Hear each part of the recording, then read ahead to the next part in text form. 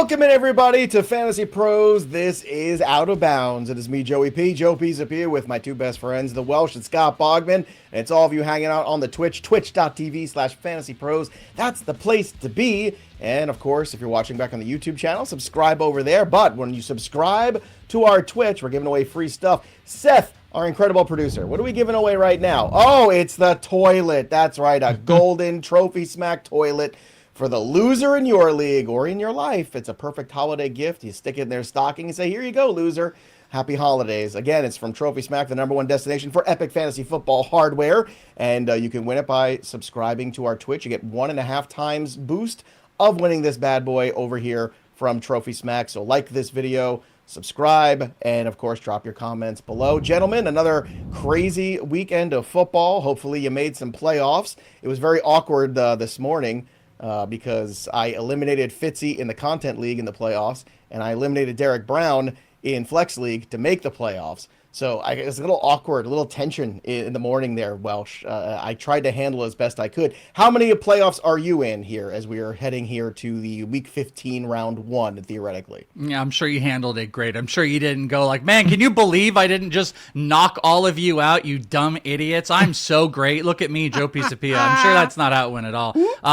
Pretty much everything, I mean, a majority of them. The Flex League, though, did get interesting. I'd been on a good tear. I'm going to lose this week, but because of the all-win or all-schedule, whatever the hell it's called, I will pick up a win, and I think that's going to lock me in. It should lock me into a playoff spot. I'll be the final playoff spot in there, but I think I've only got one league this year that is a non-playoff, so I don't know what that number is. Must be real awkward for me and Welsh in here then, Joe, because I just drummed him out of the Superflex playoffs that we're in through ITL. So I beat him, and I'm going to steal his spot. So that was the one I was talking about. It's really awkward. I guess 2 leagues right now too. Yeah, so. yeah. At least he's humble about it. Yeah, well, look, I'm in the playoffs of the CBS Experts League and the IDP CBS Experts League. Scott Bogman, are you proud of your boy? This is the only IDP league I'm still playing in. Yeah, and I got you used my list. I knew you were going to get in the playoffs. Well, I mean, if it's a good list, well, I got to use your list. Of course I got to use your list. What are you talking about? So hopefully you're all in the playoffs too, and we're going to talk about some of the things that went right and the things that went wrong. A lot of incredible stories here, obviously, and a lot of headlines to get to. Fact and fictions, I already see everybody dropping them in. Awesome. We're going to star them all for the end of the show. Real quick at the top, I looked at Welsh's takeaway and moment. I am not going to talk about either of those teams at the top and ruin his moment. I'm trying to be better. This is my New Year's resolution I'm starting. Does that mean you didn't look at mine? You were right there. I had mine in there. I looked at yours, but I might end up ruining You're perfect. Okay. All right. That's good. You want to know what's funny about that, too? Upset about it. What? Well, I mean, it's more of just a running gag. But you know what's funny about it? It's probably like the least impactful moments and takeaways of any single week we've had this entire season. I'm the lowest level of invested in these because I just thought it was just like a weird transitional week. Like fantasy playoffs are going through, some things don't matter. I just didn't think like there was so much that like grabbed me and pulled me to make some big what a shock. The Niners on a bye week, and it's the one week Welsh isn't into it. So yeah, well, was there a lot that you were invested in this weekend? You're like, oh my gosh, Isaiah Likely, like that's it? Yeah, I mean that's the playoff chances for my team, so I was pretty invested there. I hope you guys do. I want you guys to make the playoffs, knock out the first round, so you can have the normal Mike Tomlin conversation at the end of the year. Hey, we're 2 wins away from 9-8, baby. That's all that we need. That's all that we ask for.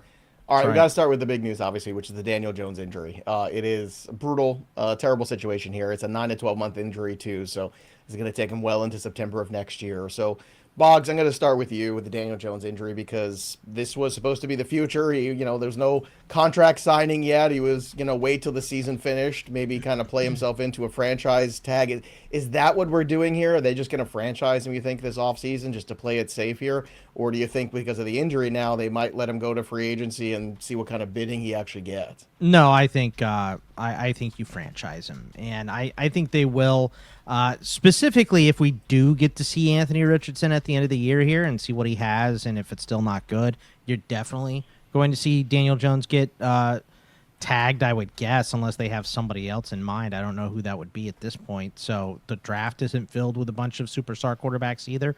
So I think they're going to end up franchising him and keeping him, but I also don't think that he is going to be nearly what he was coming back. He is 28, so he's younger than some of those guys. We heard Deepak Rodgers talking and about that Cousins last were night. older, Yeah, they were much older. But coming back from an Achilles injury is not good for any position. It doesn't matter. And that's his plant foot as well.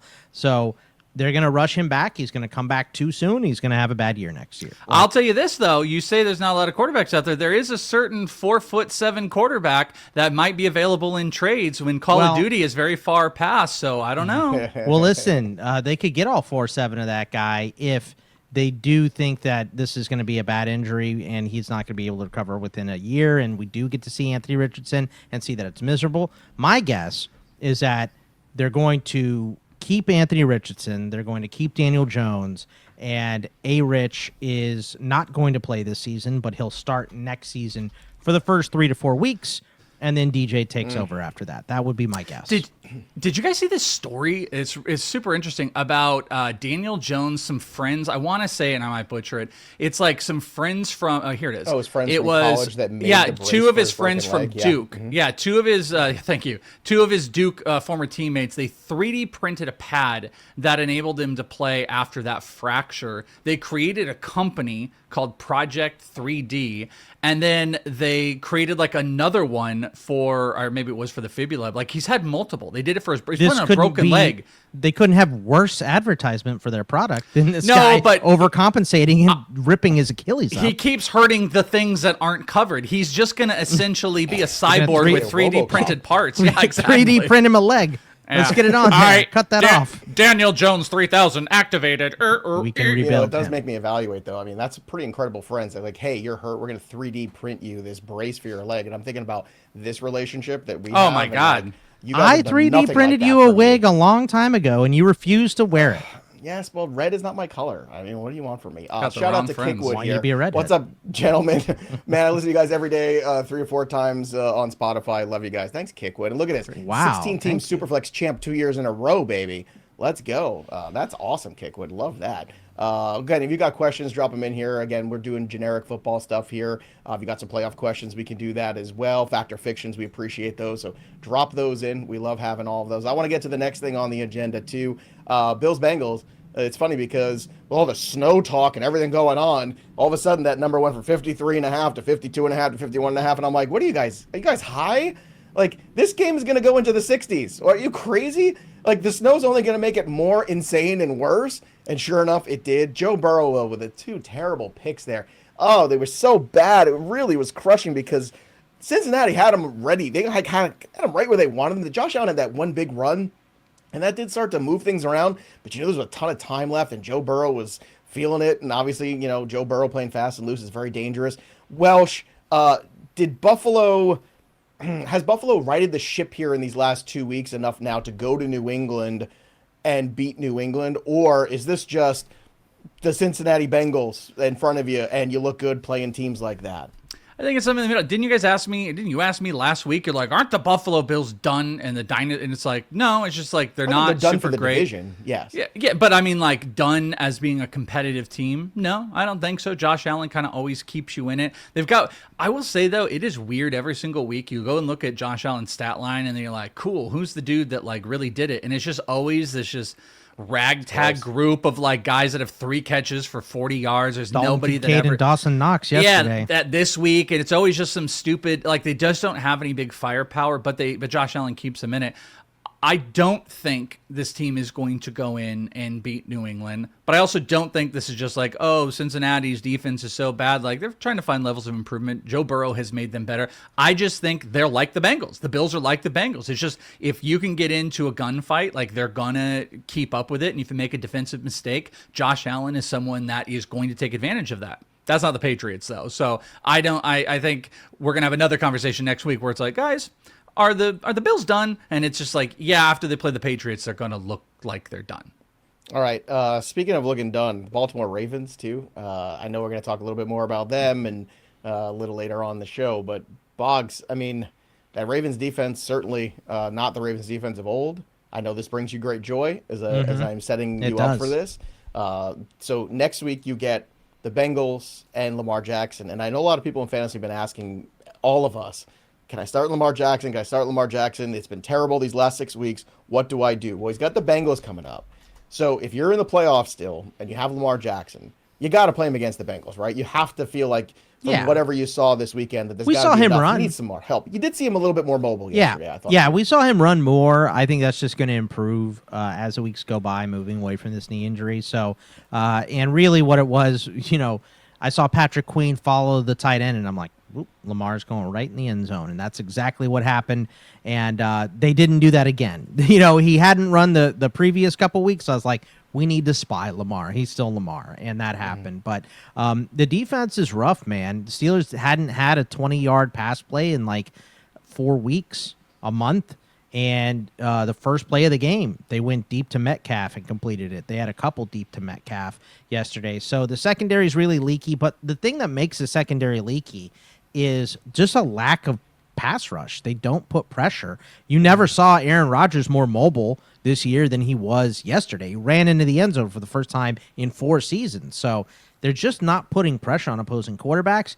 And it doesn't matter if you have a host of Pro Bowlers on your back end. If you're not putting pressure on the quarterback, those wide receivers are going to get open eventually. So it just looked bad from that perspective. Also, what's a catch? I'm still not sure. So is this the most? Yeah. Real quick, is this the most points that this division has given up in a singular week ever? I was just looking at this and thinking about it. The Bengals gave up 39 this year. The Browns gave up 31. And then your game accounted for 49 points. I mean, that's a lot of points. Steelers have had some bad defensive weeks this year. But this entire division, I understand that. But there's always one or two. Your division defense stinks. Or at least I just don't know. There was a point where the Steelers defense was bad. There was no Burrow. There was no Lamar. And Cleveland had Dylan Gabriel. So there's definitely could be a week where they gave up more points than this, but not many this season. You're absolutely right about that. All right, circling back real quick, too, because I want to get your take on this. What's the impact of the Daniel Jones injury to Jonathan Taylor? You're never taking Jonathan Taylor out. Is it in a weird way possibly being a positive for him? Obviously, the receiver is going to be a downgrade. But is there going to be just more volume or just more predictability? Right? It's bad. No, you stack 9 in the box, dude. Yeah, it's Riley Leonard wasn't even a passer in college, right? He did, he went to Duke initially, so he's taught by Cutcliffe, the same guy who taught Daniel Jones, right? But he ended up in Notre Dame, but he is a run-first option. He passes when he has to, and that is not what Daniel Jones was. Remember when we looked at pass and then run if you have. Remember we looked at the Bengals and we're like, all right, Burrow's out, but Browning has got Chase and Higgins and Chase Brown, and they got a lot of weapons. We had at least seen Browning do it before, and then he just crapped the bed when he started this year. But I mean, there's a possibility for one target, maybe if it's Warren or maybe if it's screens to Taylor to become more valuable than the others. But I just don't think Pittman loses value. I think Warren loses value. Josh Downs and Warren are probably your safest. I think Pittman is the only guy that I think Pittman still holds a little bit. Well, I mean, he's still an end zone threat because he's enormous. But remember all the Jonathan Taylor MVP conversation? Remember, it was oh my gosh, everybody. Well, we were talking. I don't remember if it was Boggs or you. One of you guys was like, "Listen, Jonathan Taylor." Yeah, the Jonathan Taylor MVP stuff was here. I didn't think it was ever gonna happen. They were rolling until they played Pittsburgh, right? And then the Steelers turned them over 6 times, still only won by a touchdown. So I was like, okay, maybe they're just done now that they're turning the ball over. And it's been downhill ever since that game. They kind of got figured out, and then we found out that Daniel Jones had the fractured fibula, and he was playing through it, and then the Achilles. And dude, Taylor might have 30 touchdowns on a team that doesn't make the playoffs. Just think about it. That's crazy. That's crazy. And look, we talked about it I know I talked about it on the Betting Pro shows. I want to say I talked about it on here too, which was the inevitability of the Jacksonville Jaguars taking over that division, and it flipped last week. Right, and we talked about okay, and then they've got the Colts coming to town. They never lose to the Colts in their own building. Even when the Jaguars are terrible, they always beat. They haven't lost to the Colts at home since 2014. Okay, it's a long time. So you knew that was coming, and they had 2 games against the Titans, and the Colts had 2 games against the Texans. The schedule was not in their favor, so if you bet that when it was 3-1, you were in a great spot. Liz, a great thing here from I believe it's Trillion. Hopefully, I'm saying it right. Greetings from Denmark. Look, we're international. What do you do with Ricky Pearsall, both in redraft and in dynasty? Love what you guys are doing and the passion you put into it. That's right. There's a lot of passion here. Welsh, you're the San Francisco boy. Why don't you give us your Ricky Pearsall take in redraft and dynasty? Super easy. Redraft, boop. kick him to the curb. There is no reason to hold Ricky Pearsall. He might have a game, especially, I would note this, coming off of a bye week, you definitely could foresee, as he's been trying to get his We got the Titans literal this week too, Welsh. Yeah, you get your literal legs under you and stuff, and they might want to get the ball to him, but there's no reason. We're in a space where it's like, you look at Ricky Pearsall, you can't start him. All the narrative we can create, you can't start him this week. Okay, then he has the game, and then in week 16, it's like, okie doke, now let's do it, and then he gets shut down. I think you got to cut bait with Ricky Pearsall if there's any viable option. In Dynasty, it is a strict and straight hold. Let them get to next year. Let him perceivably have a really good, healthy season in front of him. I think he can be a number one. Juwan Jennings looks like he is 1 foot out the door with all the trade requests. Brandon Ayuk, see a cut. He's the number one. Absolute hold, maybe even a slight buy at his absolute bottom in Dynasty. But redraft, unless there's nothing on the wire, I really don't see why you would hold on to him. All right, let's do the takeaways and the moments. I'll start with my takeaway of the week. It's time for the Chiefs to rebuild. Now, don't worry, Chiefs fans, because this happened to the Patriot dynasty too. They had to retool, rediscover themselves, figure things out.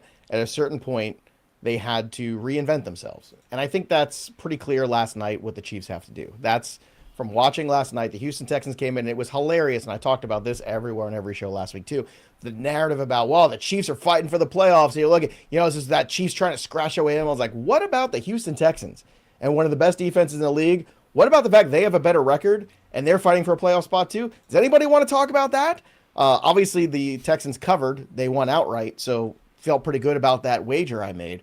But I just don't understand. Like, at one point, you have to look in and step back and go, okay, what we're doing isn't working. It's time to turn the page from Travis Kelce. It's time to turn the page from what we've been doing here. Get some real help, because what's starting to happen is we're starting to live in that legend of what used to be for the Kansas City Chiefs, and that's a very dangerous place to be. And what kept the Patriots a dynasty... Don't want to be there, trust me. Yep, and what kept the Patriots a dynasty for 20 years is making those hard decisions and sending guys packing while they still had football left in them. And that's something that the Chiefs really didn't do lately, and it's very difficult because the fan base goes, oh, why'd you get rid of this guy, or why'd you get rid of that guy, or we loved Adam Vinatieri. He made all these players over there, Richard Seymour. I can go on and on for days and days. They got rid of guys when they still had football left in the tank. Malcolm Butler, all these guys. And what happened? They kept turning over, and they kept getting better and better. And I think that's the one thing the Chiefs have to recognize this offseason and do. They still have the quarterback. Mahomes has a good 5-6 years still of good quarterback. That's what I was going to ask. I was saying, were you advocating that Patrick Mahomes needs to be off the Chiefs? He needs to take less money, like Brady He needs to do what Brady did. Yes. Right, exactly. Brady historically always took money away. He's like, look, I got 1 million endorsements. I want to win. Take this money back. Go sign this guy. Go sign that guy. He would restructure his deal almost every other season. Go back and look at it, folks. A lot of players don't want to do that. Egos don't want to do that. I don't blame a guy for not doing that, but if you want to be what Brady was, that's the move you have to make. You have to take less money so that your team can afford to sign a big name running back, so they can afford to fix the offensive line. But is that really the problem here? It's not. No. You've argued Isaiah Pacheco's talent is so high, and you've got Kareem Hunt, who's a viable third down back. They've got three. Well, Pacheco at the beginning of the season was like seen as like, hey, he's a super talented guy. You got three viable wide receivers, a Hall of Fame tight end. Are they really devoid of talent? That's caught that Patrick Mahomes is taking them from? Kelsey's old. The O-line sucks. Pacheco's not the same, right? Mm-hmm. So what do you have? You have Patrick Mahomes, and you have Rashee Rice for most of the season, but not the first month. Worthy has not been nearly what they thought he was going to be. So you need to fix the O-line. You need to fix the run game. Look, I thought Pacheco was going to be much better coming back. Maybe that's next year, like Javonte, right? But you can't wait on that. Nope. You can't wait. You got to go draft a running back, where you have to sign a running back, and you got to fix the O-line. That's really, and you have to quit going for it on fourth down, Joe. That's a big one. But that's a league-wide illness that's going everywhere. Where, especially in situational football. That was my rant last week on this. Let's take a question here real quick before I get to the next one. Jamin Broncos, do you see London returning now? No, I didn't see him returning 3 weeks ago, which is why I traded him. And I went on my high horse on all the trade shows about trading him. Welsh, do you see London coming back this year? There's no reason. He seemed like it was a little bit like in question if he could come back. I kind of practice all week. Yeah, but I kind of do think this week. Yeah, I think he can come back. I think he will come back. If it's not this week, it's next week. I'm not sure what. They're a Thursday night game.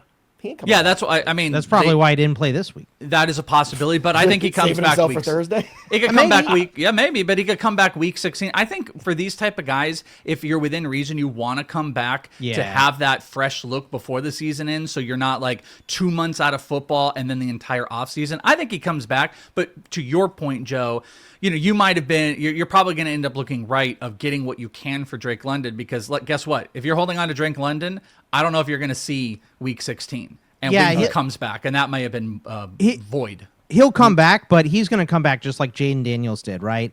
Anything squirrely sideways happens, he's out.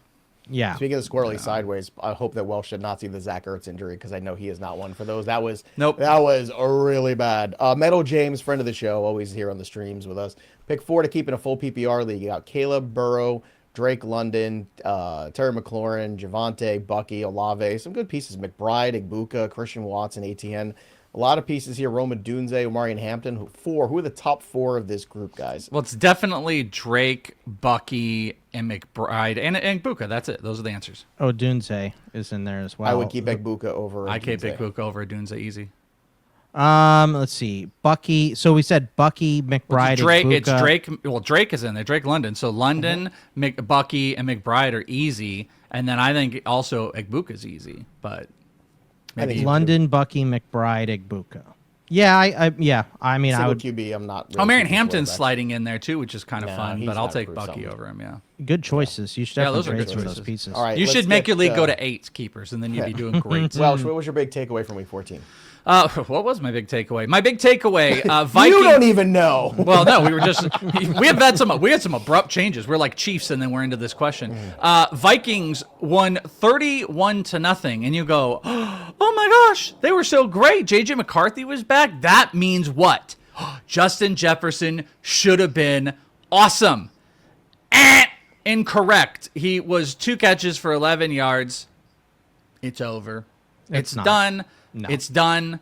Justin Jefferson cannot be counted on. 31-0, and he can't get the ball. He had 4 targets in the game. We finally saw J.J. McCarthy look good, and you're going to write off Justin Jefferson? Because he wasn't involved. He's not involved. He'll never be involved. J.J. McCarthy's not good, and when he is good, Justin Jefferson's not there. Done with J.J. McCarthy. Disagree. Look, they left the tight ends wide open. They caught 3 touchdowns. Yeah, because they shut down Justin Jefferson, because that's all you have to do. I'm not buying that. Look, it's been bad, and I'm not going to sit here and say that it hasn't been bad, and I'm not going to say that he's definitely a wide receiver, a high-end wide receiver 1 moving forward, but he's a wide receiver 1 moving forward, even if that's 12 or 11 or whatever, because we saw McCarthy look good. And, go back and look at his throws. Outside, he's fine throwing the ball. He didn't in this game, but he can throw the ball outside. And even if he can't, they'll work him over the middle more. So I think McCarthy's going to be fine. I think this was a good sign that McCarthy looked good, and now he can start getting the ball to more people. So I think Jefferson is going to be fine during the playoffs. The schedule is also awesome. Well, yes, look at this week, I know, this week's game. At best, he's a wide receiver 3 right now. At all 3 games best. are great. But he does have the Cowboys this week, and that is a great spot. He has the Giants championship week, and I think there's an easy one in between there. Every human being on that defensive front for the Cowboys and defensive secondary they're going to lock down Justin Jefferson. So it's going to be Naylor. It's going to be Addison. It's going to be everybody but Jefferson. J.J. McCarthy can't force throws. And the first look can go to Jefferson, and he checks immediately down to the safest option, which is never Justin Jefferson. So regardless of being the Cowboys, I think he is at best a wide receiver. Cowboys, Giants, Lions in the playoffs. Oh, my. That's a great schedule. So he's got to get more than 4 targets a game if he's going to be fantasy relevant. Yep, Welsh and I need to trade for. Do you have Justin Jefferson somewhere? Can I trade? All the deadlines are dead. Yeah, all the deadlines are dead next year. I mean, as long go get somebody else next year besides J.J. McCarthy. Even when he's good, it's not Jefferson. All right, Paz, what's your takeaway from week 14? Hold on, Joe. Let me get my bet in here. I don't want to bet you. Come on. Okay. Well, you'll say wide receiver 3. I'll say wide receiver 1. If he finishes as a wide receiver 2 or lower, nobody pays.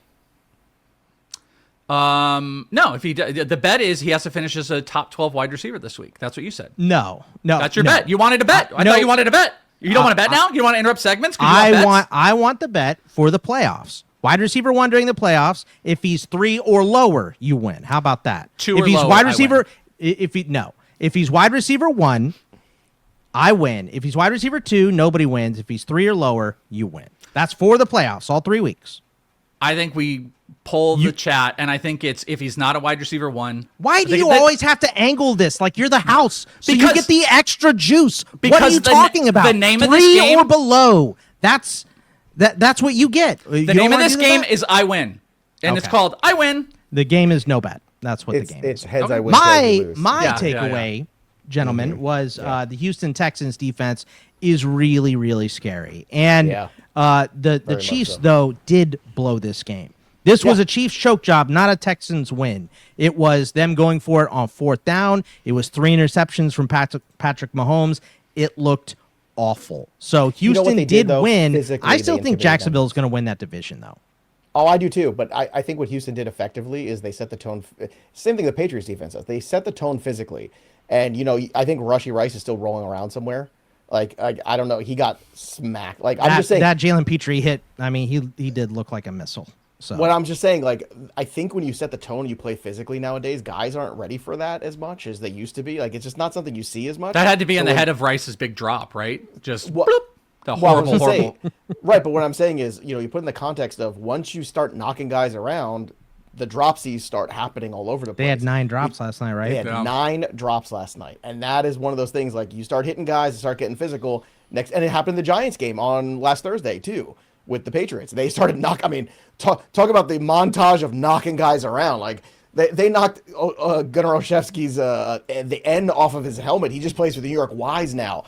Like, he just plays for the York Giants. Like, they are knocking guys all over the place. The Giants of York. They are the Giants of York. And they just, like, I think it sets a tone and it sets a feeling where the guys are coming around the middle or they're just, like, looking around. And it's that one split second where you're off on things. But you're 100% right. Like, Mahomes did lose that game, but give the Texans a little credit. Like, physically, they show up, man, and they punch you in the mouth. And I like that. And that's why these teams perform well in December. Yeah. Yeah, I think Houston is going to be a great playoff team if they make the playoffs. I don't think the offense is going to get them there, but if the offense gets hot, they can be real scary in the playoffs. We'll see. All right. Bogman, your moment of the week had to do with, was it a catch? Was it not a catch? Is that what we're talking about? Yeah, it's Isaiah Likely dropping the ball in the end zone and all these people crying about how it was not a catch. No. You have to, ball, 3 steps, 2 steps, and then a football move. Did not get that move in. Ball popped out, and he lost it. So this guy has invented different ways to fumble into the end zone. Last year on opening night, remember his toe was out of the back of the end zone when they should have beat the Chiefs in Kansas City. Yeah. So Isaiah Likely has been brutal, and he missed a contract extension by this much as well because he refused to take it, and they gave it to Mark Andrews. So yeah, well, if you're not going to take it, we're going to give it to this older guy, which is so weird too. That was such a bad choice. Can I ask something, Joe? I know we've got something a little bit later. Like I just found it. Can we look at that catch?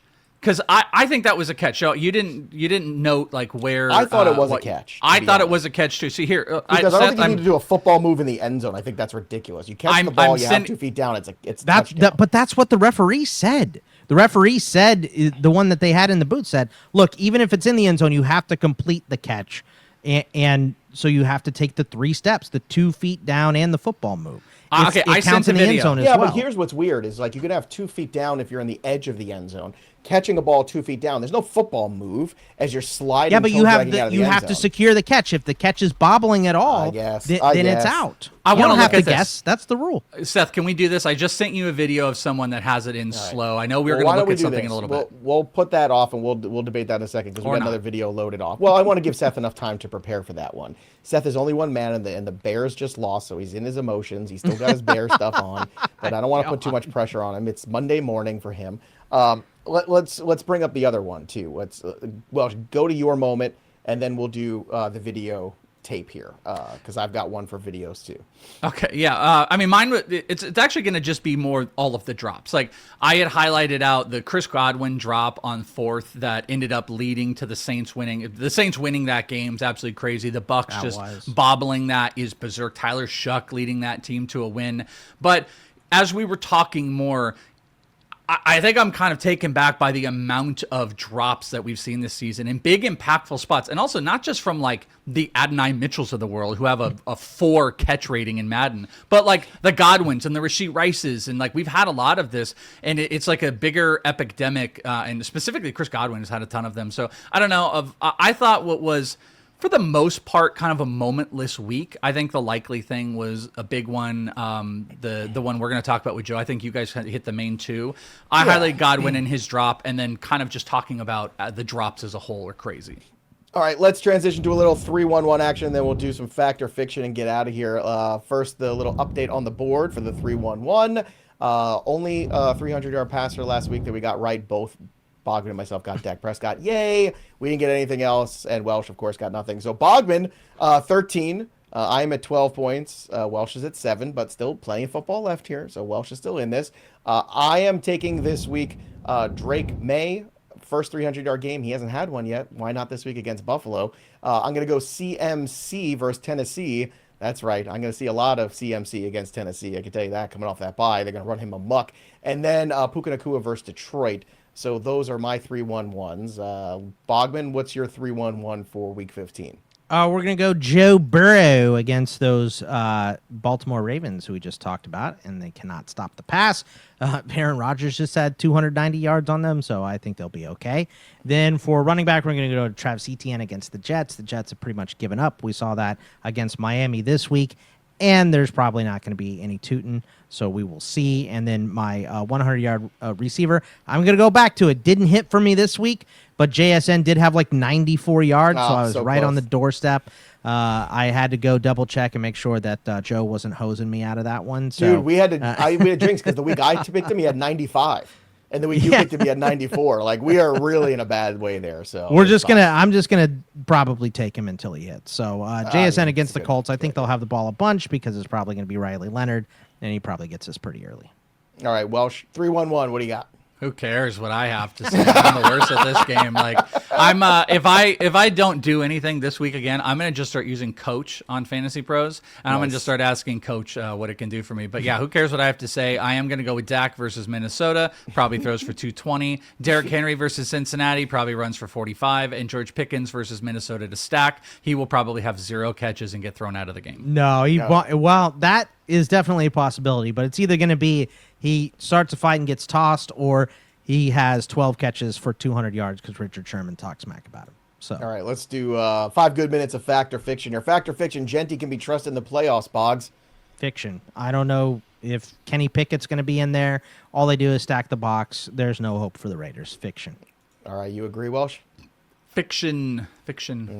Do we get a coaching change there next year? You should. One and done for Pete Carroll? I think it should be. Did Stefanski finally get his way out after losing to a 1-win team at home? I think Stefanski might have found a way to get himself fired, which I didn't think was possible in this year.